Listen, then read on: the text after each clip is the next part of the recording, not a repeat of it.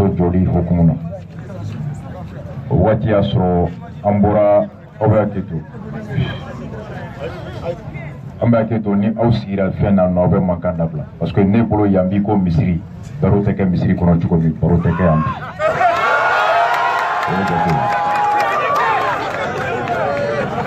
donc an ye a ɲini ala fɛ a tournée cayara kosɛbɛ nin y'a dɔgɔkun 2 ye k'a ye programme bɔlen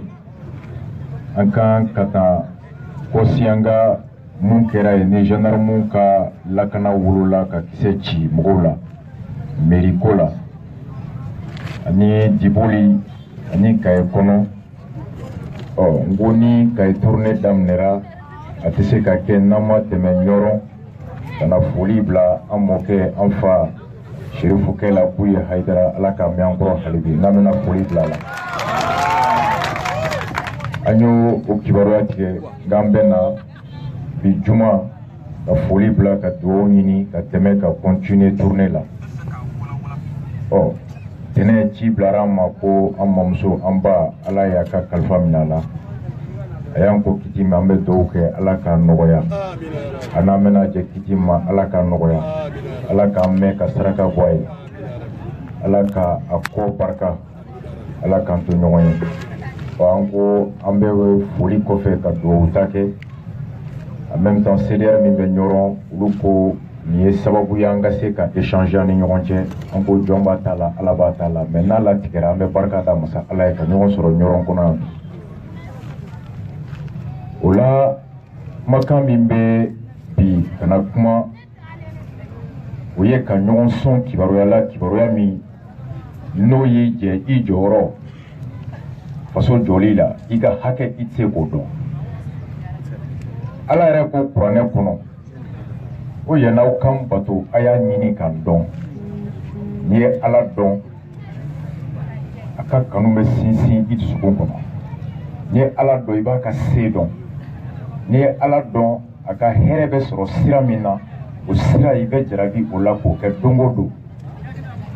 a ka bɔnɛ bɛ jigin ka sira min na o sira i bɛ dugawu kɛ don o don k'i yɔrɔ janya o sira la mɔgɔ min n'i kɛ fɛn kan i tɛ fɛn min dɔn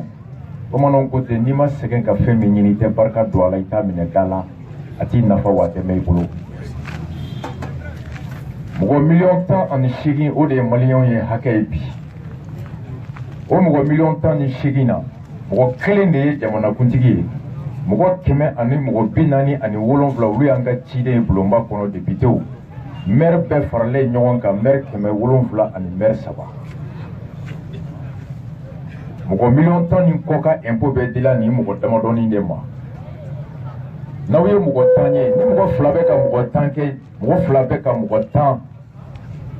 ka nafolo ta mɔgɔ 8 sigilen don mɔgɔ 8 yan'u ka jigi 2 la a ye ɲininkali kɛ n'o y'a sɔrɔ aw yɛrɛ aw b'aw ka hakɛ dɔn walima n'aw b'aw ka hakɛ dɔn ni dusu b'aw kɔnɔ ni kibaruya ye jɔn jɛ kaba i ni bagan bɛɛ kɛra kelen hadamaden bɛ balo kibaruya u bɛ ka balo an na kun min na a kun u y'an kibaruya tanya de fɔlɔ taratajan tɛmɛnen an bɔra ni kuma dɔ gundo ye nka an bɛ bɔ n'a ye dɔɔni dɔɔni baro min kɛra jamanakuntigi ni a ka parti ɲɛmɔgɔw fɛ an y'a fɔ radio la k'a bila an ka page Facebook kan parti cadreba ɲɔrɔn Masina Masigi Doyila Mara o député don o y'a sɔrɔ président Ibrahim Boubacar Keita a bɔra yan kunun a nana dugawu t'a la ala ka dugawu ni timɛ an fa don an mɔkɛ don bɔn y'an fa ye bɔn y'an mɔkɛ bɔn a bɔra yan kunun bɔn a nana dugawu ta ala ka dugawu timɛ ala ka dugawu a nɛɛma se silamɛ su bɛɛ nka o kɔfɛ bɔn a ka tɔndenw ye bɔn wele jɔn na kalo tɛmɛnen tile 19 n ka président weletɔ ye jɔn na a kɛra IBK ye le 19 novembre décembre a kumakan bɛ ka o y'a ɲininka k'i bɛ tɔn kɔnɔ wa i bɛ tɔn kɛrɛfɛ Jarasuba b'a fɔ k'an y'a ɲininka k'a k'a ɲɛfɔ wa ko n bɛ tɔn kɔnɔ a ko n bɛ ci bila tɔnden ma u kana sigi an ka kuma k'aw ka tɔn ɲɛmɔgɔ sigilen filɛ n b'a wele a b'i ban ka na k'a tɛ kuma n fɛ président n'a ka parti ɲɛmɔgɔ u datigɛlen tun bɛ ɲɔgɔn na Tereta ni IBK datigɛlen tun bɛ ɲɔgɔn na kuma in ka girin dɛ kuma ka girin a y'aw sigi aw ka miiri kuma ka girin dɛ bon a bɛ san 40 ani san 74 bɔ a b'o de la ɲinɛ 74 ans Tereta bɛ ka san 60 magɛn u fila bɛ an fa fila ye cɛkɔrɔba fila da ka tigɛ ɲɔgɔn na a y'aw yɛrɛ ɲininka dɛ yɛlɛ ko a bɛ mɔgɔ la siran ni dugutigi ni alimami da yɛlɛla ɲɔgɔn na dugu kɔnɔ o denw kan ka siran alimami ni alimami fɔlɔ ko mana da tigɛ o misiri seli tɛ minɛ o tɛ minɛ dɛ u ye buwa lasigi u ye buwa ɲininka parti Tereta Jarasuba ko k'an ko partiden tɔw ma a ye nin kuma bila ko président kana dimi ko n'a dimina a b'a fɔ ko ne yɛrɛ tɛ kɛ candidat ye bilen élection nata n'o kɛra ko maliyɛnw b'a fɔ ko alhamdulilayi tare ko Buwa ye koba kɛ ko Buwa ka foyi ma tiɲɛ a ka foyi ma tiɲɛ a bɛ maliyɛnw ka bonya sɔrɔ a ye fanga diyabɔ ka ban k'a bɛ kɛ anw de la a b'a fɔ a kɔnɔ quand un cadre de RPM président de la commission des finances député a ko président ma aw kana tiɲɛ fɔ président n'aw ye tiɲɛ fɔ a ye n'a ko k'a t'a la bilen a kɛra anw de la aw ye kuma fɔ o kɔrɔ a ye kuma dɔ fɔ a ka dun ni Buwa ko n tɛ candidat ye élection nata a ko jamanadenw b'a fɔ ko Buwa i ni ce o kɔrɔ ye o kɔrɔ ko Buwa ka candidat baliya jamanadenw bɛ o nafa de ye faso kan o kama u bɛ Buwa fo tiɲɛ wa nkalon jamanadenw t'a f'i ma k'i ni ce k'i ye koba kɛ ni nafa tɛ ko min na kobakɛla de bɛ fo ko kodenninkɛla wo bɛ ci o la ɔ ni jamanadenw b'a fɔ Buwa ye k'i ni ce k'i bɔra daba fɛ o kɔrɔ i ye koba kɛ koba min nafa bɛ bɛɛ ye olu ko Buwa kan'o ko kɛ n'o kɛra olu ka nafa t'o kɔnɔ o kɔrɔ hali ni jama ka bɛ jɛ a ka hakɛ la Buwa toli kama olu b'o fɛ ka d'a kan olu ka hɛrɛ bɛ Buwa ka toli la en résumé kuma in kɔrɔ o ye mun de ye kibaruya min b'o kɔnɔ an bɛ bɔ n'o de ye k'o fɔ o de la an ko k'an bɛ dugawu kɛ ni Buwa kun nana dugumala sira fɛ ka bɔ Kati ka se JJ ni Buwa kun b'a dɔn mun bɛ dege min bɛ Ɲɔrɔnkaw kan ka Buwa nana sanfɛ Buwa nana sanfɛ anw yɛrɛ ni Buwa ka cortège bɛnna bi anw ni Buwa ka cortège bɛnna u taatɔ bi u hinɛ b'an minɛ u bɛ ka furufuru san sira la an ni Buwa ka cortège bɛnna u tun tɛ o kama n'an ko k'aw ka ninnu to yen an bɛ direct de la u tulo bɛ an na an ni Buwa ka cortège bɛnna bi jijɛni u bɛ ka furufuru san dɔw bɛ k'u ɲɛ ko dɔw bɛ ka seli fo hinɛ b'i minɛ walayi Buwa bɛ sanfɛ olu bɛ duguma Buwa bɛ sanfɛ Buwa tɛ gɛlɛya dɔn Buwa tɛ wa minnu taara duguma n'u taara n'u ye Buwa u b'a fɔ ko Buwa ko Mali ka di trop ko bɛɛ b'i fɛ hali dugumakɔnɔmɔgɔw u tɛ se k'a fɔ a ye mun de dogolen bɛ yen bɛɛjɛ fanga min ni an jɛra ka taa n bɛ kuma fɛn fila kan bi Ɲɔrɔnkaw aw ka dɔn ka fɔ o mɔgɔ tɛ Ɲɔrɔn yan ko mun ka dɛrɛmɛ tɛ taa trésor la sɛnɛkɛla jagokɛla bagankɛla mɔnnikɛla hali e min tɛ baara la n'i bɛ ɲɔ san ka balo i ka impôt bɛ taa fɛn na bɛɛ bɛ impôt sara polisikɛ min filɛ cour kɔnɔ yan a ka sara tɛ d'a ma ni jamana m'a niyɔrɔ tigɛ gendarmew bɛ ten école karamɔgɔw bɛ ten juges bɛ ten i ka sara ditɔ i ma jamana b'a niyɔrɔ tigɛ anw minnu tɛ jamana ka baara la anw bɛ impôt sara cogo di n'i ye ɲɔ kilo san Ɲɔrɔn kɔnɔ ou bien malo kilo san walima nɔnɔmugu san 60 a dɔn ko mun b'a feere i ma Ɲɔrɔn yan 60 i b'a sɔrɔ o taara san Mauritanie 30 misali don a bɛ temps kɛ transport ye 40 ka dɛrɛmɛ 5 sara douane na 45 ka tila ka na butigi luwanse fara kan k'a yɛrɛ ka balo tɔnɔ da kan k'a di e ma 60. transport taxi min bɛ sara douane na butigi luwanse courant sara wari min bɛ di impôt la a b'o bɛɛ de fara fɛn san sɔngɔ kan k'a yɛrɛ balo sɔn ale yɛrɛ ka balo wari da kan k'a feere e ma donc e de kelen b'a bɛɛ sara n'i ye essence litiri san 140 i b'a sɔrɔ essence tigi a bɛ litiri san mun bolo a b'a san o bolo 60 ka passe da kan ka tempo da kan ka a bɛɛ da kan ka na feere ma 100 kɔ ale b'a bɔ ka tila ka minɛ kun anw bɛ impôt sara indirectement tɔw b'a sara directement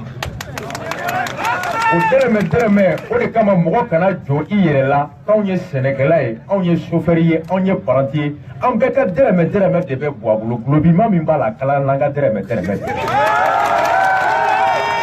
n'a fɔra ko mɔgɔ tɛ faso kɔnɔ ko mɔgɔ min ka bon ni mɔgɔ ye ko mɔgɔ ka dɔgɔ ni mɔgɔ ye bɛɛ de ka hakɛ bɛ calculer ka d'i ma i jɔyɔrɔ faso kɔnɔ o faso den tɛ yen ko mun tɛ impôt sara bɛɛ b'a sara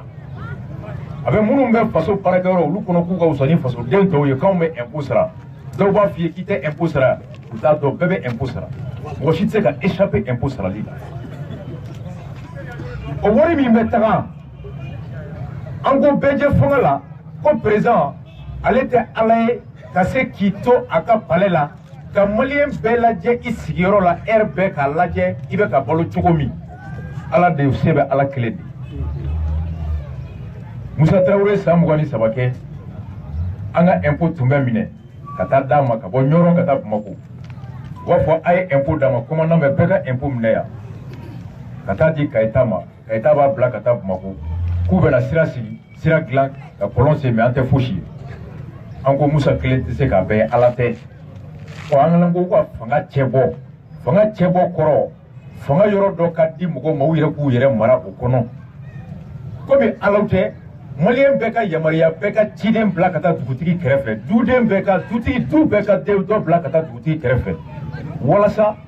ka d'a kan du bɛɛ bɛ wari bɔ ka di dugutigi ma tilalikɛyɔrɔ la ɲina kana kɛ du dɔ kɔ i ka ciden bɛ o bɛ janto kɛ i ka hakɛ la o de ye représentant a bɛ fɔ o de ma tubabukan na ko député dugu o dugu n'a mɔgɔ baga a mɔgɔ hakɛ dɔgɔyali ye mɔgɔ 60 ye aw ni député kelen ka kan député joli bɛ Ɲɔrɔ bolo yan saba tɛ wa n'i b'a fɛ ka Ɲɔrɔ mɔgɔ hakɛ da dɔn Ɲɔrɔ mɔgɔ bɛ taa mɔgɔ 200 la i bɛ 60 sigiyɔrɔma 3 o ye Ɲɔrɔ mɔgɔ population ye o de y'a to dugu dɔ député ka ca ni dɔ ta ye député kelen mɔgɔ 60 ka ciden de ye assemblée la quel calcul député ta kun ye mun ye an bɛ député ta fɔ aw ye ka président ta fɔ élection ba 2 de bɛ nalen san wɛrɛ aw yɛrɛ b'a dɔn gɛlɛya min bɛ Ɲɔrɔ kɔnɔ aw b'a ju dɔn sisan ala nɔ tɛ kira nɔ tɛ ala nɔ tɛ kira nɔ tɛ dɛ ni san ma na a ma na député min bɛ Ɲɔrɔ bolo député 3 u ta kun ye mun ye ko président ale tɛ se k'i to kuluba k'a dɔn don o don ROR ni Ɲɔrɔkaw ye ji sɔrɔ ni ji ka ca n'a ji ka ɲi ni balo ka ca ni balo da ka di ni bana min bɛ yen a fura bɛ sɔrɔ furakɛli yɔrɔ bɛ yen furakɛlimɔgɔw bɛ yen kalanso ka ca denmisɛnninw bɛ kalan kalanmɔgɔw bɛ yen kalan bɛ k'u kun a kalan ka ɲi lakana bɛ Ɲɔrɔ kɔnɔ Ɲɔrɔ denmisɛnninw baara bɛ u ye baara bɛ ka d'u ma Ɲɔrɔ impôt bɛ ka lakana Ɲɔrɔ finitigiw n'a baarakɛlaw bɛ ka Ɲɔrɔkaw ka hakɛ d'u ma ala président tɛ ala ye k'o dɔn chaque heure nka Ɲɔrɔ ka bɛɛ mɔgɔ bɛ Ɲɔrɔ yan a bɛɛ b'a dɔn malakana dumuni tɛ n bolo baro tɛ yen bɛɛ bɛ se k'o dɔn ni bɛɛ b'i ka kungo dɔn bɛɛ bɛ se ka wuli ka se député ma ka t'o fɔ a ye député b'o lase ɲɛmɔgɔw ma u ka janto kɛ député ka baara fɛ o bɛ kɛ cogo di n bɛ nale sariya ko n bɛ nale n'i ma lamɛn u bɛ nale o n bɛ ka f'i ye a tɛ mɛn saba bɛɛ natɔ ye aw b'u natɔ a la tɛ mɛn aw b'u natɔ hali ni mun bɛ olu sara u bɛ na sangafo la u bɛ na bɛɛ la sisan élection setɔ don u bɛ nale u ka baara ye mun ye sariya ye anw ye député ta o kama député a ka baara ye mun de ye i tɛ se k'a dɔn député 3 min bɛ Ɲɔrɔ bolo n'u ka mandat a ko député ale y'a ka sigida o mɔgɔw ka avocat de ye gouvernement kɛrɛfɛ soronnadonbaga a kɔrɔ ye di maire ale tɛ sara Mali sariya la maire tɛ sara Mali Saria, la maire pour la sonde d'indemnité. La loi du 06 février, la loi du 6 février 2012, on a qu'à faire que maire Tessara, maire Biko Toutigi. Comme on a Toutigi Tessara, Toutigi a Foroba pour la Barake, ou la Fabet Toukanko Keploko. Ni Jigiba pour le Dongo pour le Sénégal avec Tosso. Si on Toutigi Tessara, Toutigi Barala. Maire Fonabeti. Ni maire au mairie. Était barala, nako tibolo, boutique tibolo, bagante bolo, jigiate et ka cleba mérikono, ou mer souni. Ça je vous dis. Aïta bon yoro mer ka papier la bon yoro mer de sarata, indemnité de bedam, avec bolo la son. Session mi meke, kalo clé woro, kalo saba kono, session woro bebe mouma. Nga mer de be sugu salen woro bemne. Maire de Bé Warimbe Bokana Koka dit école sola, ka nyegen clan, ka t'obliger ka dit Demsenouma, ka Karamogo Serana, faut le fonds ADERS. Comité de gestion scolaire CGC, avec Nyora école sola, a été un milliard de dirous, ma voira sa côté, Kouka Bonaï. A Warbe Tami, Maire de Warimbe. Doutri Minde Barala, Frotte Doutri Bolo, Nabote Doutri Bolo, Bangrate Doutri. Dugutigi tɛ retraité ye den tɛ dugutigiw bɛ baara la dugu jigiya bɛ dugutigi baara a b'a suɲɛ ka dugu balo donc n'i ye maire bila wari kunna maire tɛ baara la maire de bɛ jama ka dugukolo feere a bɛ sugu wale salen wari détourné k'a ka denbaya balo o de y'a to maire tila bɛ bi Mali maire kɛmɛ o kɛmɛ a bi kɔnɔntɔn tila bɛɛ jagoyalen bɛ ka suɲɛni kɛ parce que baara t'u la donc ni ko maire tɛ sara o kama sariya ko député an bɛ e sara. E bɛ na kɛ maire de ka défenseur ye ni ɲɔrɔnkaw ko bi ko ji sɔrɔli ka gɛlɛn an ma ji ɲuman sɔrɔli ka gɛlɛn an ma maire b'a lajɛ ɲɔrɔnji gɛlɛya dun ye mun de ye dugukolo de fara jalen wa ji bɛrɛ de tɛ yen wa an bɛ se ka forage de sen wa robinet bɛ nɔgɔya wa ba de bɛ yen wa kɔ de bɛ yen wa pompage bɛ sen wa ka ji ko ka saniya wa maire bɛ o étude kɛ ni o wari ma sɔrɔ salen wari la o wari ma sɔrɔ impôt piam wari min bɛ to yan alors député bɛ wuli maliyɛn bɛɛ ka ji ko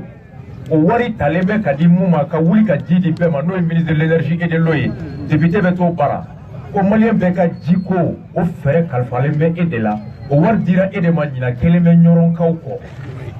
donc maintenant a bɛ kɛlɛ kɛ énergie ministre de l'énergie kɛrɛfɛ o k'a lajɛ fɛɛrɛ jɔn bɛ se ka tigɛ ka ji ko nɔgɔya ɲɔrɔnkaw ma o de kama sariya ko député kelen de ye mɔgɔ 60 ka ciden ye olu ka hakɛ la fasali ni député mago jɔra ministre la ni e mago jɔra ministre la ministre jagoyalen tɛ k'i reçoit bi a jagoyalen tɛ k'i reçoit une semaine mais sariya ko ni député mago sera ministre ma n'a taara ministre ka bureau la n'a ye mɔgɔ sɔrɔ sariya ko olu bɛɛ kan ka bɔ yen ministre député fɔlɔ de bɛ reçoit munna o kɔrɔ tɛ ko député ye mɔgɔ ba ye dɛ o kɔrɔ mɔgɔ 60 ka ciden ye o ka bon ni mɔgɔ kelen ka ci ye voilà pourquoi la loi fait obligation à tous les directeurs de service, à tous les ministres, dès que le député est là, de le recevoir avant tout le monde. Les députés sont massacrés, n'a pas fait qu'à Nali Soudan. Avec lettre sévère, quand l'audience demande au ministre fait, ça veut dire qu'au ministre Diagoyale, le député reçoit les sabbats qu'on a la paix. On a au colon le ministre m'a dit qu'à faire une bonne, ça veut dire qu'au député, c'est que le ministre voulait assembler là, qu'à la télévision à radio, malien bébé à manga namé, ngomimbe député ka dugu kono, ngomimbe aka dugu kono moka, ministre ni blalebe ko wuli, au ministre ye mu mo suguye mu sombe ala mukamba da. No ka amwe député chi, awba doko awka chide chike, ga chi fora mu yo de make akebaka ye. Ibe chiden chita saga mine karsala kana. N'a tara ka kɛlɛ kɛ a ma saga sɔrɔ n'i y'a ye k'a se bɛ kɛ i tɛ jigin ciden la ciden y'a ka ci kɛ député a l'obligation de moyen et non de résultat a ko karisa a y'a se bɛ kɛ nka a ma ta sɔrɔ o ye hɔrɔn ye député bɛ maire dɛmɛ ka jiko di yan filanan sariya ko député passeport diplomatique bɛ d'i ma o b'a to n'i taara visa ɲini o sɔrɔli bɛ nɔgɔya i ka taa diɲɛ kɔnɔ ka taa jigiw ɲini jigi minnu bɛ se k'a to n'i y'a dɔn ji ko bɛ ɲɔrɔ jamana ma se ka ji di ɲɔrɔ ma il me ka bon décentralisation côté cercle ni commune me ka terrain là il me ta terrain ni nyoro la terrain me ka nyoron deme ka jiko de gumbo nyoron kauka passeport diplomatique dit qu'on voulait député moi faciliter les voyages pour aller chercher des coopérations, des relations fructueuses dans le défendre sa commune, défendre sa nation et amener Kanano Nafaye. Député Beta, au 10 son, au 10 Djigi, au 10 Djigi Minini Kananae, Abna de Mère, ma mère, Colonsi. Député Colonsi, Tini. Nilla Kana Barate Nyoroya, Mugobe Wuli Dabies Nogotier, Bimekika. Député Kanga Wuli Kassé Mali ministre Mamouye Sorasouni pour le Souka Feigné, ministre de la Défense et le ministre de la Sécurité. Quand on fait un de Bessara, Malien Bega Warba out de Bolo, out of Fair, la Boca, Malien Kananga, Nina, Kelemenyoronka ou la Canala, ou Tessé Kata Soukula, ou Tessé Kata Doulablé. Le député défend les autorités communales auprès des Nyoron, fait autorité centrale, à ce qu'on y a beau. Député Gabaraout. Sayako, Demsenou frère, où si sera pareil. Donc, Kalana, donc Kalana Defula, donc Dana CP, donc Dana Baki, diplôme de Barasro, donc Remata Frato, école là. Mais aussi sera pareil, Mousso Fouye, ou Fauta Kupata, ça y est pour député, moi, pour unique maire, ou Tarade, Doukono, Kalaje, Barabese Kadi, Tokodi, ou quoi Demsenouma. Au cas député Barabekamoui. Député Balaje, Demsenin Jolibe Nyoronkono. Ni diplôme boulot mon diplôme sougou dem seni jolibe ni diplôme tout boulot na ye ka fo mo chamanga kala ma seyoroja député be wuli ka se ministre mi ni tona war dama ka fere tige fere mi mese ka to dem senu mese ka paradon bara mi mese ka to ou be barake horonya kono ka soro ma ke jonye. Le ministre de la formation professionnelle comme ça livre ke mouye député be wuli avec ce ministre de l'artisanat m'a fait que artisan d'Odjian ou artisan il va noyer la formation qui est nyoron kono a demsonu ta pour former samara glana fini glana député monsieur ka wuli ka c'est ministre de l'éducation m'a fait que école karamogo d'Odjian école karamogo munu mbe courant glando munu mbe sojo don munu mbe boulangerie don au niveau de l'ENI, des CFP, CFTQ, électricien, des professeurs en électricien, des professeurs en électricité, en mécanique, en topographie, à tout le temps, vous savez qu'en Yoro Demsonou Tegi, ventilo glana, foutenu fait, ventilo managla, tiens, vous savez qu'un glan ou balo. Nous, déjà, courant glana, il me sait courant réparer la carré qu'on a d'abord courant de fil, mais en plus, il y a un fin de bec qui va réparer, il va voir sur la avant de chemin câblé. Donc, est-ce que député quand on a nos formations et quand je nous formé au Kabaraso, voilà la mission des députés. Au Kama, c'est rien qu'on merde sera, mais un député en vie sera. Il me sera joli. Moi, le député Kléna, aucun député au bas faut voir à sa côté. Ou bien, moi, t'as quand la million fla à ne voir binani à ne voir doulou. 2 225 000 francs par mois. À 2 millions corona dit. Sera Nidia ou Wakeme. Quand on Wakeme à Niwamugambe Farakakou est député, ou 1 million kele à Niwamuga. Wabi aurait dit député Bema, un homme qui dit que prime de carburant, un homme de carburant, essentiel songo. Wabi aurait essentiel litré qui m'a dit Binani, ni Wabi aurait, qui m'a dit aurait sicurement, je le vois Binani Kono, ou essentiel litré qui m'a dit député, ma Kalo Kaloka Kanabo, oui. 400 litres d'essence par mois. Wabi ça veut dire député Makaka et de Maka Sosarala, où il y a 1 million clés à Niwak Mengo. Après, moi, je me dis député Makaro Kaloka téléphone crédit ça. Non, monsieur Kanaka, il y a un truc où les députés Kelengelena 1 million Mouga à Niwak Kimani Wabi Nani Neso. Pourquoi Sandrou Manami Baton Flé? Sandrou Baton Flava pour le député. À Kelengelena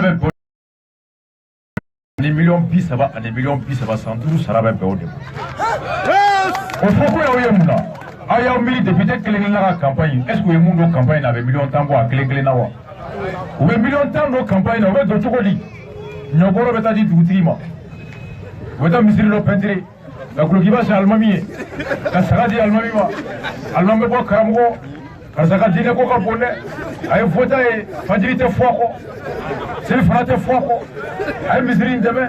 Aïe pour ne pas dire à moi. Mais depuis député Tara, c'est Karamogo Barabléo. Avec le Doutiki, on va dire Doutiki, Miden da Barala, Iden Jose Barala, on va dire Doutiki. Quand on Kablati Ouka, tu étais fort oué. Où est-ce que Mouya Saurai? Où est-ce que Mouya Saurai? ni ala sawe n'u bɛ taa silamɛw bɔra u bɛ don salamu alaikum n'u bɛ taa chrétiens bɔra alléluia n'u bɛ taa musulmans bɔra ko dɔrɔn ni samɛ a bɛɛ ye fɛn bɛɛ u b'a fɔ kɛ sariya ko k'o kama député kelen-kelen na san kalo 12 san kalo 12 tilara 2 ye ko député i bɛ kalo 6 kɛ Bamakɔ i bɛ kalo 6 kɛ Ɲɔrɔn kɔnɔ yan sariya ko ten o de kama n ko n bɛ k'a fɔ ye n'u nana aw k'a fɔ ko Walasa ko kalo 6 i b'o kɛ Bamakɔ i bɛ kalo 6 kɛ yan ka da kan i ka baara ye 2 ye baara fɔlɔ o ye ka maliyɛn bɛɛ o ka baara kɛ n'o ye ka bɛɛ ka hakɛ lakɔlɔsi gouvernement kɛrɛfɛ contrôler l'action du gouvernement ani ka sariya ta sariya min bɛ boli bɛɛ kan légiférer les lois o ye baara min ye maliyɛn bɛɛ n'a nafa bɛ se bɛɛ ma baara filanan o ye tayɔrɔ mɔgɔw ye ɔ ni baara fila dir'i ma baara bɛɛ ye bɛɛ ta ye ani baara bɛɛ y'i tiyɔrɔ ta ye o ye baara kɛlen 2 ye sariya ko i bɛ kalo 3 fɔlɔ kɛ Bamakɔ o kalo 3 ye jɔn ye la session du mois d'octobre octobre novembre décembre ko député i bɛ kalo 3 kɛ Bamakɔ mais janvier février mars député bɛɛ kan ka k'a ka commune kɔnɔ Ɲɔrɔ député kan ka kɛ yan nin wagati avril mai juin ko député bɛɛ bɛ segin ka taa Bamakɔ juillet août septembre ko député bɛɛ ka samiya k'i tayɔrɔ la i ka bureau dayɛlɛ bureau bɛ dayɛlɛ pour que ni degun bɛ Ɲɔrɔ kɔnɔ n'a fɔra ko Ɲɔrɔ ka wuli ka t'o degun fɔ e ye Bamakɔ yɔrɔ jɛnya bɛ se ka to a bɛ jɛ a kɔ waritanya bɛ se ka to a bɛ jɛ a kɔ a bɛ jɛ a kan hakɛ kɔ a bɛ to a kɔlɔlɔ kɔnɔ yan olu min ye e ta ne mun ye e ci e de kan ka se ne ma mais ne b'an ka wuli ka se n ka ciden ma dɛ ciden de bɛ se cibaga ma ko député ka bureau da la fo de ma ko le bureau du parlementaire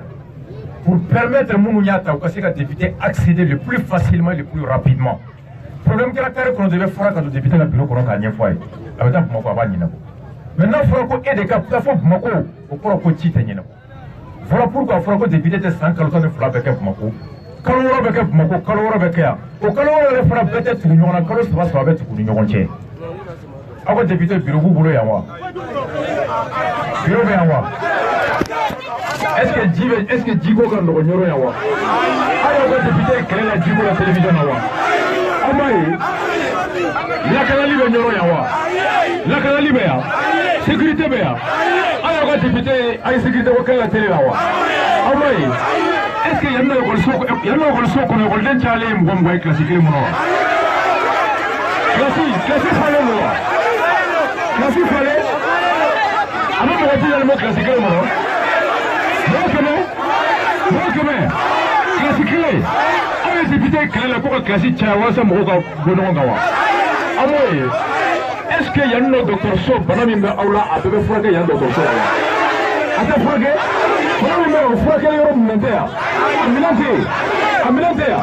aw ye député kɛlɛ aw ka kɛnɛyako la wa aw m'a ye est-ce que baara bɛ denmisɛnnin bɛɛ bolo yan wa aw ye député kɛlɛ aw ka baarako la wa aw m'o fɔlɔ ye député dɔw a ma foyi de kɛ yɔrɔ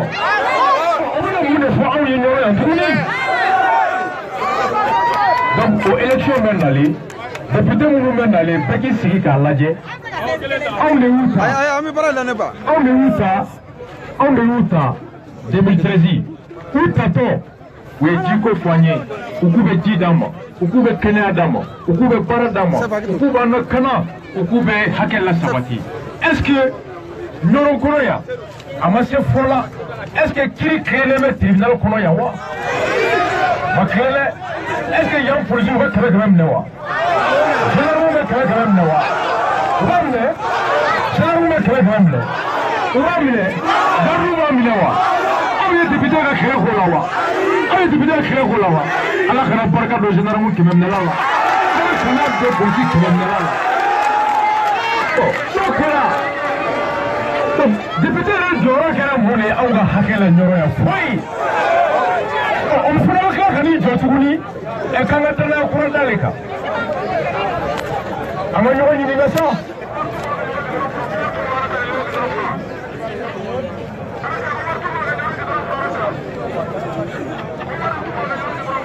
d'accord donc an ko san wɛrɛ député ka baara filɛ n'u nana ko campagne bɛɛ k'a kɛ ala ni kira kama ni anw minnu tun ye o y'an sɔrɔ cogo di caman bɛ anw yɛrɛ la dɛ an bɛ k'an sigi an ka hakili jigin hakɛ to kɔrɔ an bɛ k'an sigi an ka hakili jigin campagne wagati campagne waati an caman ni yɔrɔ fili an sɔrɔ i b'a sɔrɔ hali denmisɛnninw bɛ yan jeunes bɛ yan ko jeune kuntigiw don élection waati u donn'u kan wari dir'u ma u ye kupu da yan 100 140 u bɛ kupu da 140 130 a tɔ 20 bɛ taa gulɔ ni musoko la o jeune nafigiw fana bɛ yan olu fana minɛ k'an d'u ma o jeunes bɛ yan an b'a kɔlɔlɔ kɔnɔ bi i b'a sɔrɔ o musokɔrɔbaw bɛ yan an baw sugu la an baw tɔgɔ la u fana bɛ taa ko muso mago bɛ mun na tafe ɲɔsi mansi 180 160 bɛ di o muso janjigi ma sugu kɔnɔ o fana bɛ 20 fara a ka jagokun kan alors o fana bɛ o musokɔrɔba den tɛ baara la nin bɛɛ fili an sɔrɔ donc an k'a to fili min y'an sɔrɔ kunun o man kan k'an sɔrɔ bi 400 bɛ ban tafe bɛ ban jakarta bɛ ban te bɛ ban mais an b'o minɛ ka député ta a bɛ san 5 de kɛ an den bɛ ekɔliso min na a den tɛ kalan kɛ an musow bɛ jigin dɔgɔtɔrɔso min na a muso tɛ jigin yen anw tɛ ka se k'an fa bila ka taa Makan ale bɛ k'a fa bila ka taa Makan a kɛra jɔn na an ka miiri sa o kama ni député fɛn fɛn nana san wɛrɛ a bɛ ɲɔrɔ lajɛ mun kungo de bɛ ɲɔrɔ ekɔlidenw ka ca kilasi kɔnɔ lakana bɛrɛ tɛ yan lakanabagaw bɛ bi an kan sira man ɲi kosɛbɛ gudɔrɔn nɔgɔlen ɲaman tɛ cɛ o kungo de bɛ an da la fɛɛrɛ jɔn bɛ ni e taara i bɛ mun layidu di an ma k'i bɛ taa kɛlɛ kɛ alors pour que ka fɛɛrɛ ni sababu sɔrɔ o la ka n'o degun ta ka bɔ an kan i ni maire bɛ baara kɛ wa est ce que ɲɔgɔn maire ni ɲɔgɔn député bɛ baara kɛ ɲɔgɔn fɛ wa u fila tɛ taa ɲɔgɔn kɔ donc san wɛrɛ élection pour que yan'an ka ciden ta f'an k'a dɔn k'a fɔ ko ciden m'an ka degun dɔn ciden min t'i ka degun dɔn a tɛ se ka ci lase dɛ ciden min tɛ degun dɔn a tɛ se ka ci lase dɛ donc an k'a dɔn ni mɔgɔ min nana k'a bɛ k'an ka ciden ye pour que aw k'a dɔn ko b'aw dɔn n'a t'aw dɔn aw b'a ɲininka ko fiɲɛtɔ joli bɛ ɲɔrɔ yɔrɔ fiɲɛtɔ man ca dɛ ani mun ɲɛ ka ca dutigi min t'a ka duden da dɔn yɔrɔ tɛ se ka tileyɔrɔ fana bɛɛ bɛ kilo joli ma o tɛ se k'o malo da dɔn dɛ mɔgɔ min tɛ dugu yɛrɛ lujuratɔ dɔn o tɛ se ka dugu dɛmɛ dɛ an ka ɲɔgɔn dɛmɛ o la CDR mɔgɔw bɛ yan an faw bɛ yan an baw bɛ yan an ka hakili to la n'o tɛ san 5 wɛrɛ nata an b'a kɛ gɛlɛya kɔnɔ député élection bɛ yen an k'an jilaja an ka mɔgɔ ta mɔgɔ min b'an dɔn anw yɛrɛ b'a fɛ ka kɛ mun de sini n'an y'o dɔn alors an bɛ mɔgɔ ta mɔgɔ min bɛ se n'i y'a dɔn palu b'i la i b'a dɔn i bɛ se docteur ma tiɲɛ wa nkalon c'est ça donc an bɛ se kalafiliba filanan min ma o ye Buwa ka kalafili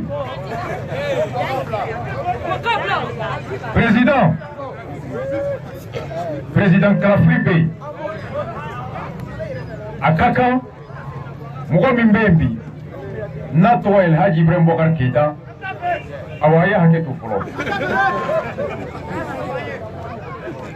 a ma fɔ fɔlɔ n'a ko k'a bɛ kɛ candidat ye a ka hakɛ don Mali kɔnɔ i bɛ se ka kɛ président siɲɛ 2 ka tugu ɲɔgɔn na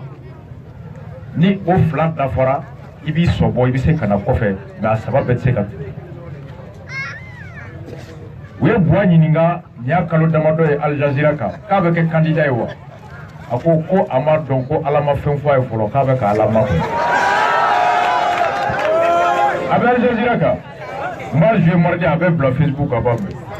journaliste b'a ɲininka ko est-ce que vous serez le candidat ko je m'en remets à Dieu ko n bɛ Ala bolo ni Ala ye mun fɔ n ye mais 2013 a natɔ a ma fɔ n ye ko Ala y'a ci dɛ o k'a yɛrɛ bɛ se mais ɲinan ko k'a bɛ ka Ala makɔnɔ ɔ ne ko n ko Ala bɛ kuma mɔgɔ fɛ cogo bɛɛ Ala bɛ hali mɔgɔ yɛrɛ ka bagan marata a b'a ci ma i bɛ kungo kɔnɔ Ala bɛ min fɛ kɔnɔ dɔ tɛmɛtɔ Ala bɛ min fɛ yiri tatɔ o marali ka morceau dɔ bɛ yen ko natural mystique a b'a fɔ a kɔnɔ ko if you listen carefully now you will hear this is natural mystique blowing in the world a ko n'i y'i tulo kɛrɛma bɔ k'i tulo kɛrɛma bɔ a ko k'i bɛ kibaruya mɛn ko Ala ka kibaruya don don't ask me why kana ɲininka k'a bɛ kɛ cogo di dɛ o bɛ Ala de bolo mɔgɔ den Ala bɛ kuma i fɛ ka tɛmɛ i den fɛ ɔ n ko n'i b'a sɔrɔ ko Ala de ye ci fɔ Buwadenw ye k'an ka na fɔ Buwa ye k'a k'a bila a bɛ se ka kɛ dɛ anw kɔni t'a dɔn n'anw yɛrɛ ka miiri la a sera an k'a lajɛ yan'an k'a fɔ k'an bɛ Buwa fɛ ou bien an tɛ Buwa fɛ an k'a dɔn pour que i k'a dɔn ko karisa a ye layidu dafa walima a ma layidu dafa f'i yɛrɛ ka layidu kɔnɔ ko dɔn Bois tato, ay moulaidu ni moulaidu fo.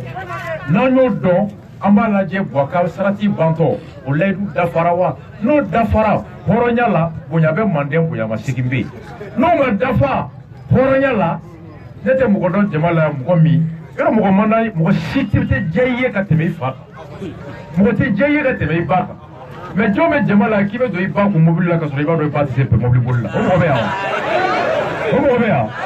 Omo jomi iga sojo di fama ka so ifra ma iga tereta iboyi o so de biga ki fa est-ce que mo beta kata ire di ifama ka ka pietru la ka so ba do tereta mo be ya o te ame donc mo te jaye ka te man fa oh ni mo te jaye ka te man fa am se ata jamana di mo mo chugo di jamana jori ferete mo mi kono ko kanun kama o te kanu we ngaro di o da ni kanu bi fata Fanga do laidu jone be kiti ere kana tike awni boache sini anka do boa na to e mo laidu ta chaman to de o journaliste kire ye boa yininga o laidu jone be ni yo tai tato ni mo se ko time ni ba fe ko time ka sankele laban kono bo ko kono kale gardiga e munyi kale nato kale ma laidu chamanta. Après, cher ami, ma chance est que je n'ai pas beaucoup promis. Maintenant, je vais aller pour Oye. Diema. Avec YouTube, quand on va taper, on va se faire Ibeka à Diema, campagne 2013. Comment on a Diema. On est là. Ako. Abado yenga au betumala. Ako demu betumala. Ako campagne kumatenda. Ako me siga au benyani. Ugawari kwa watu kana naye kwa sola dogo nyami ako toje yoke alsero masadara ibara ibasulaje ibara so halite ya afata aba ke tonje sa te bulenga maka fofur ke mo ga bafam ako de kuye sigi halale kam modu maliye tumala ka bana konsul matila je kata kasola amavoka tayi surtout ku ka barake ka war blakana dugukolo san maire dɔ tila k'o dugukolo feere mɔgɔ wɛrɛ ma a ko ambassadeur u bɛ segin so ko mɔgɔ min t'i den fɛ mɔgɔ min t'i den ka duden fɛ k'o t'i nin ye a ko ten n'aw ye n ta a ko inshallah nin y'o bannen a bino kelen kɔnɔ a ko mali binna ka se hakɛ la a ko k'a fɔli man di n ye a bɛ n kasi ko nka n'aw ye n ta a ko n bɛ sɔrɔsiw n bɛ minɛn d'u ma ko cɛ o cɛ y'i kɛ mali kan tuguni i b'a dɔn i kɛ fɛn kan. Ko jetse ka malien bali ka sunoko bamananka abako boyo laidu ta boka fe jamambe ako nale ya miri ka mali laje ko malien kan malien kene ya lente ko bana be malien na bana mi yerete je fawre feble ko a ko ala note ko miri balia ani faso kanu tanya de nyemo ko ruje ako inshallah no yi jamana jian ko ntu me tugo mi kasoro make nyemo goy nin kera nyemo goy Kinaya nyala tige malien be ayofo boko bara ako kati se ka fam ko malien kata tungala ali se ka fam ko baji be ya dugukolo be ya wari be ya ko ala be ya fam ko baw be ya ko aka kuruje bara la ko ala no tede ngani ya balia ani foriya ni faso janfali ko de ni ke kuna le nana inshallah ko bara be di chete ko bli ka tungala wakote boko nana akwa bi kali ako mali de kuye jamana mini to tume na duniya nyini mali la jene tomboptu muri boketa ka kalandun tume ta mo to la kana ko gaga bi mali ko soy ko foite bese kapoti drogu kalanti vuriyo ako c'est fini aba fo bomono gana ako jose kale de abi université la lettre to kan kalani kana na lefa kaka moto sanga dama bafka ke ko la takalai kala ko komi be troisième année lettre kana photo kana ka aye koromso dengwa ma ko tonton ko je veux que tu m'achètes un moto aba fo on ngana kala ko ma nisia kata for domina ko une moto est du genre féminin kuni na ko do combat fi ako du sene si bora o ba yira tellement gabe jamana do nare nana mali me hake min kono folo ni marako jugu ye an bi kan ke faden sago ye abana wuli kana do horonya place la boye ni beta bako balo mali kɔnɔ ka office du Niger lajɛ a ko k'a tɛ se ka faamu ko hali bi ko malo ye faamafɛn maliyɛn ma a ko Kulukɔrɔ musow Kulukɔrɔ Lamisa Bakari salle kɔnɔ a ko ni n ye Kulukɔrɔ usine ye n bɛ kasi n b'a dɔn Modibo Keyita y'a jɔ kun min na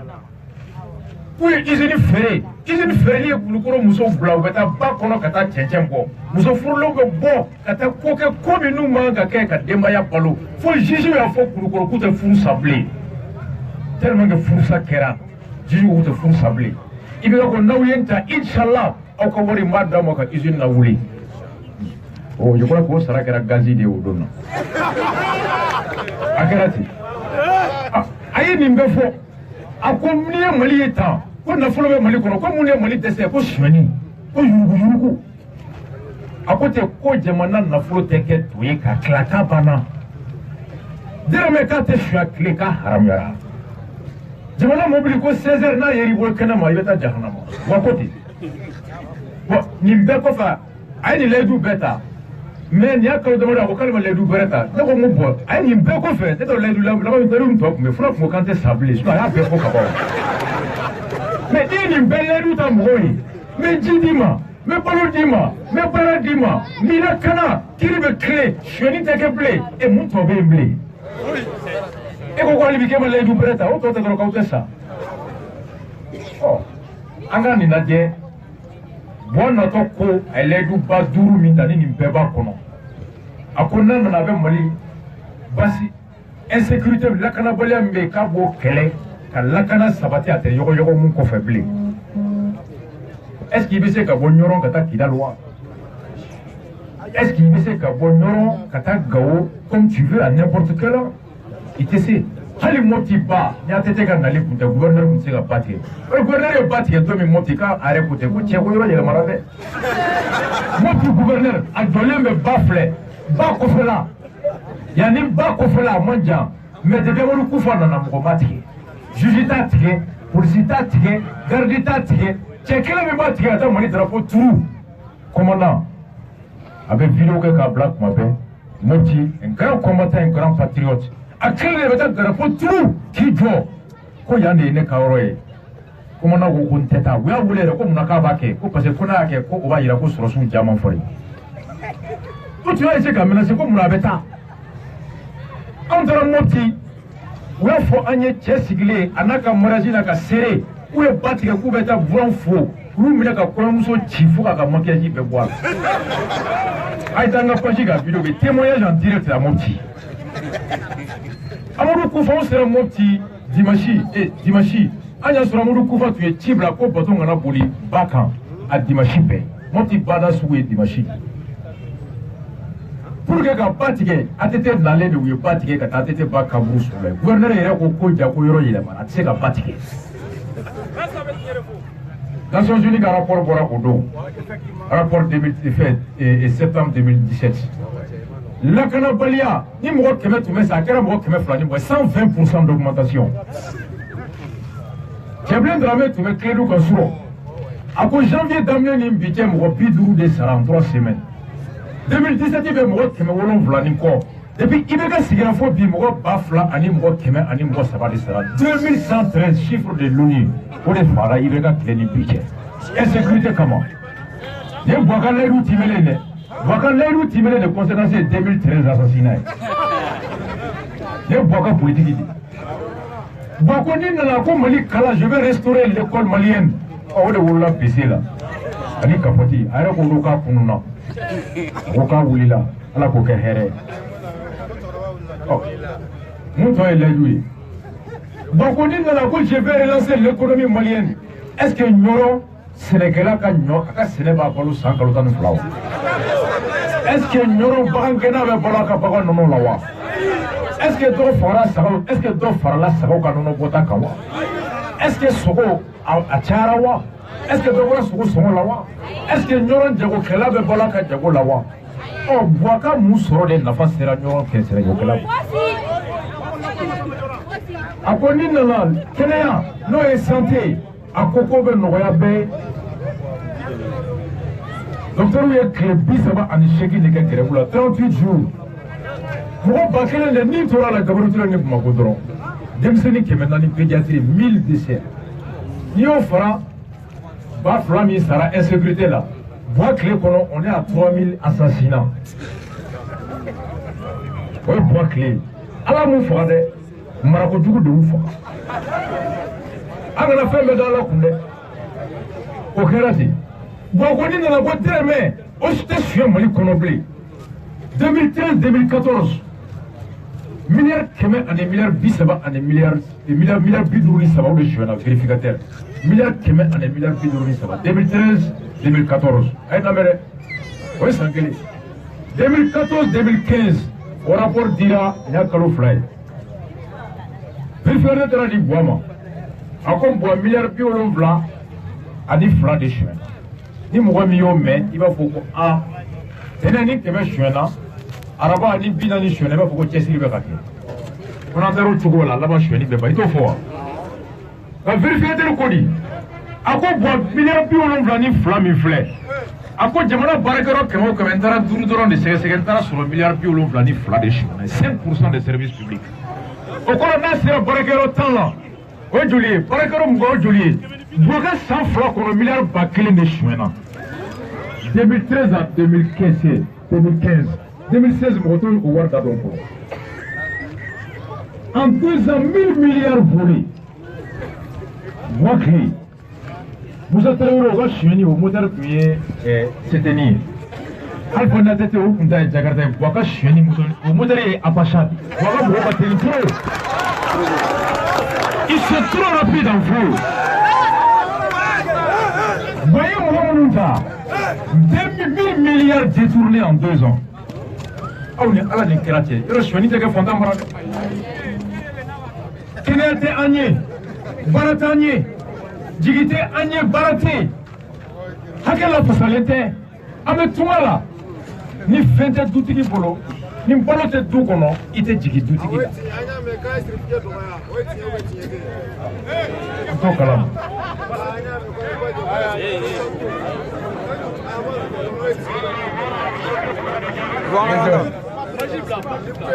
Donc,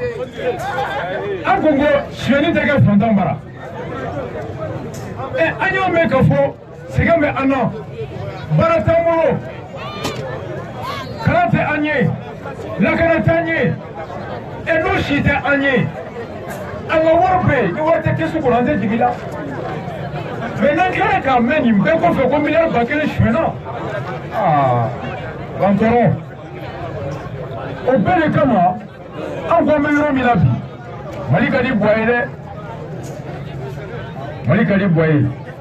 ŋaniya Ala kelen de bɛ ŋaniya dɔn Ala kelen de bɛ ŋaniya dɔn mɔgɔ si ka di bila Ala place la ka mɔgɔ wɛrɛ ŋaniya juge Mali ka di Buwa ye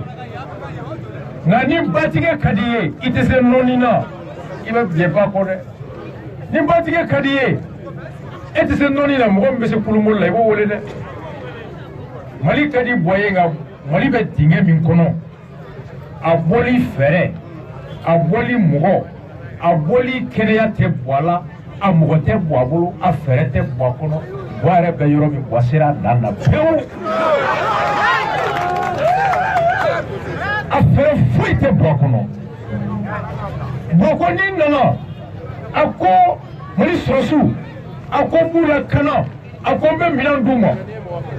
Surasi minnu bɛ taa kɔrɔ fɛ u ka tile dumuni PGA prime générale alimentaire 200 daraka 60 tilelafana 60 surafana 60 ji 20 na kɔrɔ fɛ o 200 fana général Sɔn dalen bɛ Bamako colonel Sɔn dalen bɛ Bamako olu fana o 200 olu fana ye 30 siyɛn o la 40 siyɛn o la aw ni Ala cɛ kɛlɛ bɛ k'o la cogo 2014-2015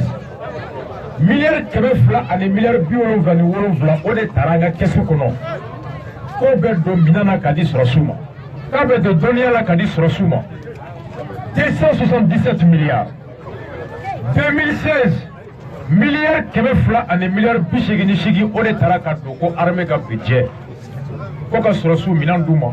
ko ka sɔrɔsiw dɔnniya d'u ma ko k'u ka sara caya k'u kɔ lakana u kana hami to kɛlɛkɛyɔrɔ ɲinan sɔrɔsiw ka budget miliyari 300 ani miliyari 20 san 3 kɔnɔ 2015 milliard kɛmɛ fila ni milliard 77 2016 milliard kɛmɛ fila ni milliard 88 ɲina milliard kɛmɛ saba ani 20 en 3 ans milliard kɛmɛ 8 a bɛɛ dira jɔn ma cɛma Ibɛri Kulibali ani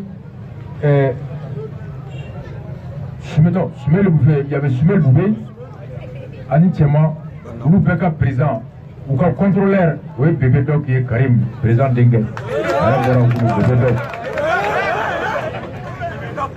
wari bɔra milliard kɛmɛ 8 ko ka don armée la mais nin y'a kalo 3 ye sɔrɔsiw ye grève kɛ Gawo ko ka taga u binna sɔrɔsi dɔw kan Almustrat jugu binna ka sɔrɔsiw kan jugu ka marifa tun ka can a tun ka giri u tun ka ca n'an ka mɔgɔw ye an ka mɔgɔw bɔra ka ci bila Bamako ko bin kɛra an kan binkalikɛlaw u ka giri a ye mɔgɔw bila ka na fara an kan u ye ci bɔ Bamako ka na Gawokaw ma k'a ye taa Almustrat mɔgɔw appuyer Gawokaw ko k'an tɛ taa sɔrɔsiw k'u tɛ taa mun na u m'a fɔ k'u tɛ Mali fɛ dɛ u m'a fɔ ko fugariw don u m'a fɔ ko sɔrɔsiw ko kɔngɔ bɛ an na marifa t'an bolo révélation le journal Le Sphinx ko kɔngɔ bɛ u la c'est comme dutigi ka wari di gatigi ma ko tile nasɔngɔ filɛ ministre la denmisɛnninw bɛ kasi la ko kɔngɔ b'u la wari taara min o question tɛ posé wa a ko n'i y'o question posé ko o posé kuma tɛ kɛlɛ wagati ye ko sonyɛni wagati ko awɔ k'a bɛ se ka sonya nin wagati mais k'a tɛ fɔ nin wagati Boubacar général ka kuma filɛ sɔrɔsiw gɛrɛbɛra tuguni an bori sɔrɔsi contingent minnu bɔra Sikaso ka taa u ka prime tile kɔnɔ ɲɛmɔgɔw y'a sonya u bɛ fɔlɔ la téléphone bɛ ka t'u ma k'u denw gɛnna ka bɔ école la u bɛ fɔlɔ la muso bɛ ka f'u ye ko dutigi nana ka na sotigi nana ka na papier d'u ma ko nin y'u kalo 3 ye so ma sara n'u ma bɔ a b'u la bɔ o kibaruya bɛ ka fɔ sɔrɔsi ye ka to fɔlɔ la a bɛ kɛlɛ la a t'a fa kɔrɔ a t'a ba kɔrɔ a t'a muso kɔrɔ a t'a den kɔrɔ a bɛ baara la faso ye o wari min bɛ ka di ɲɛmɔgɔ ma k'o d'a ma ɲɛmɔgɔ dɔ fana bɛ k'o détourner ka t'o don whisky la baara kɔnɔ o colonel Sow fana bɛ yen o général Escon fana sigilen bɛ k'o détourner celui qui pose atteinte à l'honneur de l'armée qu'est-ce que c'est que l'honneur de l'armée est-ce que l'honneur de l'armée c'est détourner l'argent de son nom est-ce que l'honneur de l'armée c'est voler le son nom est-ce que l'honneur de l'armée c'est prendre les responsables oh mon nom et quoi honneur de soigner honneur de comme on fait on est de mon cas pour là quand on a son trop fort voir les gars on content on a tenu l'armée des généraux volés, les colonels soient général si fort la cité ça. Colonel Tessa, général Tessa, Dieu ça, soldat, première classe, à Cap Gardien pas sergent, 20 ans, 22 ans, 2 ans, 3 ans de formation, première classe, deuxième classe, troisième classe, ou frigata, sans armes, quand vous copiez tout, quand vous tapez Mako, qu'est-ce que tu connais, crime colo, on tue le feu là, et on fout quoi de fois, oui.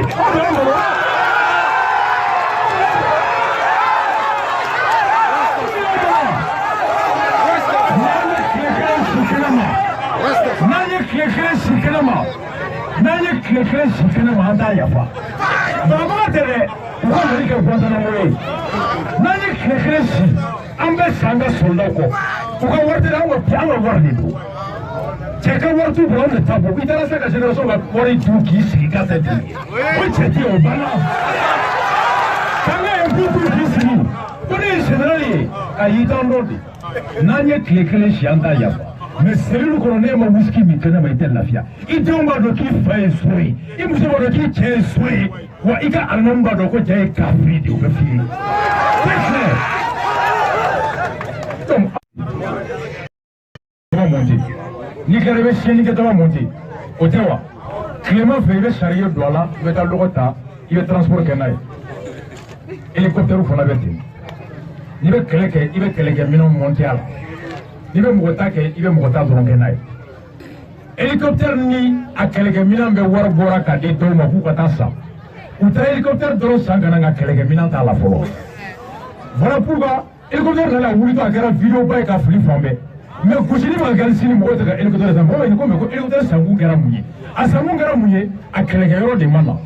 k'an ka teriya kana n'a ye élection ɲɛkɔrɔ la don a ka fɔ k'a timɛra o de kelen kɛra yɛlɛmani yɛlɛmanikaw tora k'u bɛ buwa fo k'a ye kuran don ye mais groupe min taara yɛlɛmana u taara Sikaso énergie groupe kelen de ta ka na groupe ka fasa fili yani 2018 o de kɛra yɛlɛmani terrain min filɛ nin ye a ye terrain dɔ ye ko Kayi Bamakɔ terrain Fagontan in bɛ a mɛnna k'a peinturer k'a lancer mais Fagontan na wagon wɔɔrɔ bɛ a fɛrɛn si sur les 10 wagons il y en a 6 fɛrɛn t'a la bibi na n'a bɔra Kayi ka taa Bamakɔ depuis Kati u b'a lajɔ ka collecteur 3 tigɛ ka bɔ a la ka jigin ni mɔgɔw ye après tout ça bɛna u ka bagaji nɔfɛ k'a ka fɔ ko Buwa ka terrain bolila yan ni élection cɛ an ko Buwa ni Buwa t'a kalama Buwa i denw bɛ an ye an b'a f'i ye Buwa zon de b'i kɛrɛfɛ fanaw de b'i kɛrɛfɛ nanbaratɔw de bɛ Buwa kɛrɛfɛ Buwa bɛ Mali fɛ dɛ mais a balima tɛ Buwa bolo a teri t'a bolo a fanga tɛ Buwa la a dɔnniya yɛrɛ tɛ Buwa yɛrɛ la bilen Buwa taara Sikaso avion mobile la Buwa sigina avion na taara Sikaso goudron n'i y'o da compare yan ta kɔrɔ o ye tapis de ye o Buwa bɛ san 47 na 74 ni mandat wɛrɛ dira Buwa ma Buwa bɛ se san 80 de la Buwa bɛ yɔrɔ min na bi Karim denw kɔrɔbayara ni mɔdenw ka kulonkɛ kɛ Karim denw kɔrɔbayara Buwa den le y'anw y'a mɔdenw dɛ walahi Mali ka d'a ye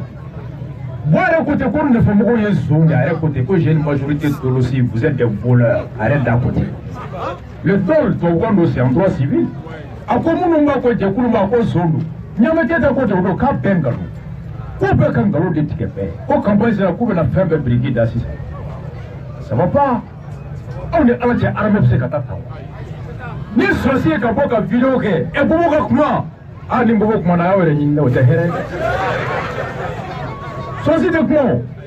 sɔrɔsi ka bɔ ka vidéo kɛ a ye sariya sɔsɔ sɔrɔsi min ye vidéo kɛ a ye sariya sɔsɔ o ye tiɲɛ ye sariya sɔsɔ mais mun y'a se fo ka sariya sɔsɔ n'i m'o analyse kɛ i b'a jɛ dɛ n'i m'o kɛ i b'a jɛ dɛ karisa ye sariya sɔsɔ a b'a dɔn b'a sɔsɔ n bɛ taa tan mun de y'a bila la parce que ni sariya kɛra ka bɛɛ lakana ka bɛɛ ka hakɛ d'a ma ni sariya bɔra lakanali la ni sariya bɔra ka tilennenya sabati ka kɛ ka dɔw sara ni dɔ ye sariya mana bi ka a laban e tɛ sariya in dɔn sariya ye bilen o tiɲɛ wa nkalon bi ma kɛ aw kan yan wa aw ma bɔ aw yɛrɛ ye yan wa aw bɔra a ɲɛna dɛ aw y'aw fo a don donc ni sariya binni kan ka bin a laban sariya tɛ bilen o sariya ka baara tɛ ka bin mɔgɔ kan sariya ye ka mɔgɔ lakana de ni sariya ye bɔra lakana kɔnɔ o tɛ sariya ye bilen sariya farali jugu kan ɔ fɛn fɛn b'i yɛrɛ lakana i fana i laban i b'o hakilina n'o miiri n'o fɛɛrɛ ta a tɛ si ka se ka datugu san 1 yanni kiri don cɛ o san 1 bɛ se ka kɔrɔya siɲɛ 2 a tɛ tɛmɛ san 3 kan i bɛ kiri walima i bɛ bila Amadu a yɛrɛ nɔfɛ mɔgɔw u bɛ yen bi nin y'a san 4 ye kiri tɛ kɛ u tɛ bila o tɛ kiri ye dɛ aw ni Ala cɛ o kiri ye ni mɔgɔ min ko n da t'o la ko a y'a ka fanga y'a to ne fa bɔra fanga la a y'a ka fanga y'a to a y'a ka coup d'État y'a to ne ba bɔra fanga la a y'a ka coup d'État y'a to ne kɔrɔkɛ dɔ sara ne tɛ a y'a fɛ Ala ka to u ka to yen ni don min na ni bin kɛra kan e fana ka taa fanga la u k'e don kaso la ko da tɛ don e t'a la o don ni e ma mɔgɔ sɔrɔ k'i lafasa i bɛ jigin jɔn na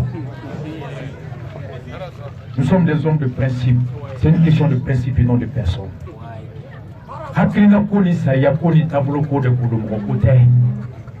hali n'an wolofa de b'o sira kan an b'a ɲini a fɛ a ka hakɛ to nka an bɛ tɛmɛ a bɛ yafa nka an bɛ tɛmɛ an y'o ye sababuw de la o ni kira bɛ tun k'a b'a fa suit est ce que Ala ka diinɛ tun bɛ na wa ni kira bɛ tun k'a bɛ tugu a fa taabolo kɔ est ce que diinɛ tun bɛ na wa u ye fa kanu t'u la ka Ala ka sira ta o ma kɛ wa an se ka génération bɛ ten anw bɛ taa bi an bɛ taa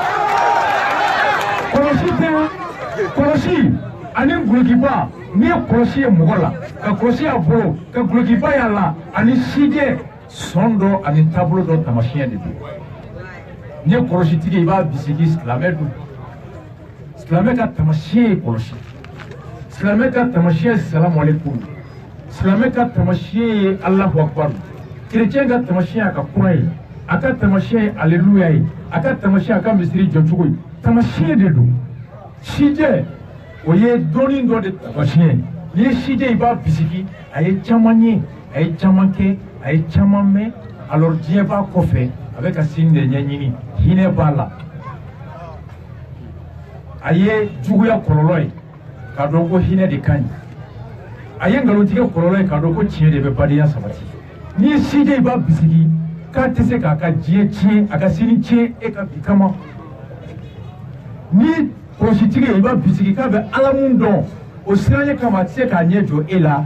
i ɲɛ jɔ ala la ka siran e ɲɛ k'a bɛ nkalon tigɛ o de kama n'an ni sijɛ bɛnna kɔlɔsi b'a bolo an b'an tɛgɛ jɔ ko ko dugawu k'an ye n'an bɛnna misiri la an t'o fɔ wa mɛ o sijɛ kelen i n'a bɛ bɛn bi juma tilegan in na misirida la ko a ye dugawu k'an ye a bɛ dugawu k'i ye mɛ est ce que su in na n'i y'o ye baro kɔnɔ ɲɔrɔ yan nɔ i bɛ mun fɔ a ye a tɔgɔ ye di sijɛ lankolon tɛ o cɛkɔrɔba kelen n'i y'o minɛ su fɛ ko la ko min n'a si tɛ bɛn a n'a taabolo tɛ bɛn i bɛ mun fɔ ala k'an kisi o ala ka labanko ɲuman kan an kɔni nana bi an bɛ ɲɔrɔn cɛkɔrɔbaw fo k'an faw fo k'an baw fo ka CDR bɛɛ fo k'a fɔ an ka bi baro kun ye bɛɛ ka dɔn député ka baara ye mun ye n'i fo dɔn i tɛ se k'a dɔn député minnu bɛ yen n'u ka mandat bɛ na ban ni ala y'a kɛ u nana ko ka danaya kuraya yanni ka danaya kuraya u tun taara baara min kama o baara bɛ sɛgɛsɛgɛ k'a lajɛ n'o sarati dafara ni kura fɔra ko k'a bɛ na o kura bɛ ɲininka n'a bɛ ɲɔrɔnkaw ka degun dɔn ni fɛɛrɛ jɔn b'a bolo ka se k'o degun wulili o dɛmɛ ala kana an fili o la ala k'a to an kana jarabi 200 la ala k'a to an kana to kɔ président min fana bɛna ta an bɛ dugawu kɛ ala k'an sɔn ala k'an ka ladilikan kɛ Buwaki sen bɔ a la nka ni Buwa ko k'a bɛ taa bɛɛ k'i hakili lajigin Buwa tatɔ tun ye layidu minnu ta a layidu tibɛra ɲɔgɔn kɔnɔ yan wa baara dira aw ma wa kɛnɛya dira aw ma wa lakana dira aw ma wa kɛnɛya sabatira wa ni Buwa ko ma sabati Buwa diyara an ye cogo cogo an kana don Buwa ka mobili kɔnɔ ka sɔrɔ permis tɛ Buwa kɔrɔ dɛ o to yen ni mɔgɔ fɔra ko k'a bɛ na an ka faso de ta an ka jogo 2 seli bɛɛ ka jogo 2 seli Buwa ka bila o de kama bibi na an ko Buwa ka bila Buwa ka bɔ daba fɛ Buwa ka bɔ ni bonya ye so minnu b'a fɛ ka bɔ Buwa la ala ka n'u ka kumakan sabati o jamana cila minnu b'a fɛ ka bɔ Buwa la ala ka n'u ka laɲini sabati hakɛto b'a la radio Jelekuna FM an ka foli bɛ radio Jelekuna FM ala k'o mɛn kɔrɔ ala ka jɛ sisi ala ka coopération sisi choc pour éviter militité pour éviter one love agoto